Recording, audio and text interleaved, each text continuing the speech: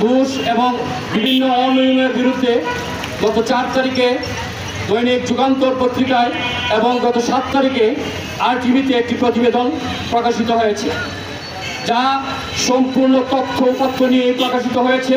কিন্তু তারা এই সংবাদের কারণে তাদের নিজের অপকর্ম রাখার জন্য তারা এই 2 সাংবাদিক, যুগান্তরের প্রতিনিধি, যুগান্তরের জেলা প্রতিনিধি এবং স্টাফ রিপোর্টার যারা ফজলে রাব্বি এবং RTVর আখাউড়া প্রতিনিধি সাদ্দাম হোসেনের বিরুদ্ধে একটি চাঁদাবাজি মামলা করেছেন, যা অত্যন্ত দুঃখজনক এবং ভিত্তিহীন।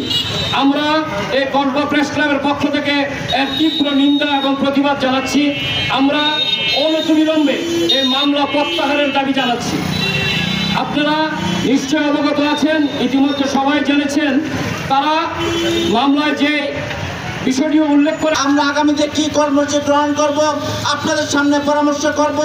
আমরা জেলার সাথে যোগাযোগ করছি, আমরা কেন্দ্রীয় প্রেস ক্লাব এবং কেন্দ্রীয় সাংবাদিক নেতৃবৃন্দের সাথে যোগাযোগ করে পরবর্তীতে কঠিন এবং কঠোর কর্মসূচি কীভাবে গ্রহণ করা যায় সেই ব্যাপারে আমরা আলোচনা করছি।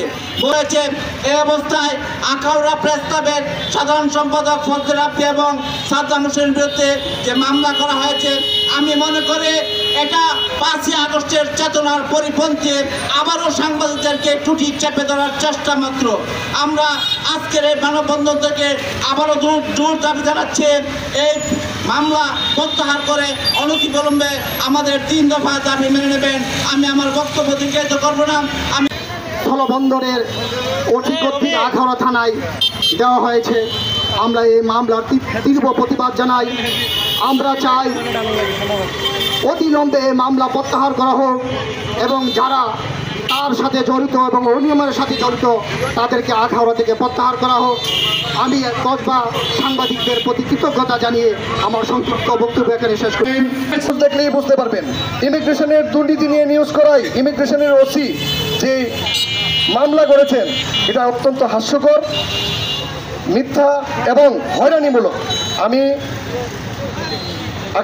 আখাউড়ার সাংবাদিক কল্যাণ সোসাইটির সাধারণ সম্পাদক হিসাবে আজকে কসবা প্রেস ক্লাবের সকলের সাথে একত্রতা পোষণ করে এই মামলা অনতিবিলম্বে প্রত্যাহারের দাবি জানাচ্ছি এবং ওসি সহ যারা এই দুর্নীতির সাথে জড়িত এদের প্রত্যাহার করে বিভাগীয় তদন্ত করার জোর দাবি জানাচ্ছি।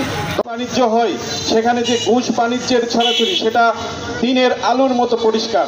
তাদের অপরাধ ছিল তারা এই তাদের ঘুষ বাণিজ্যের বিমুখে যখন একটা রিপোর্ট প্রকাশ করা হয়েছে সেই রিপোর্টে লজ্জিত হয়ে উনি ওনার ডিপার্টমেন্টের কাছে কি জবাব দিবেন সেই ভয়ে তিনি একটা মিথ্যা মামলা দায়ের করলেন আখাউড়া থানাতে।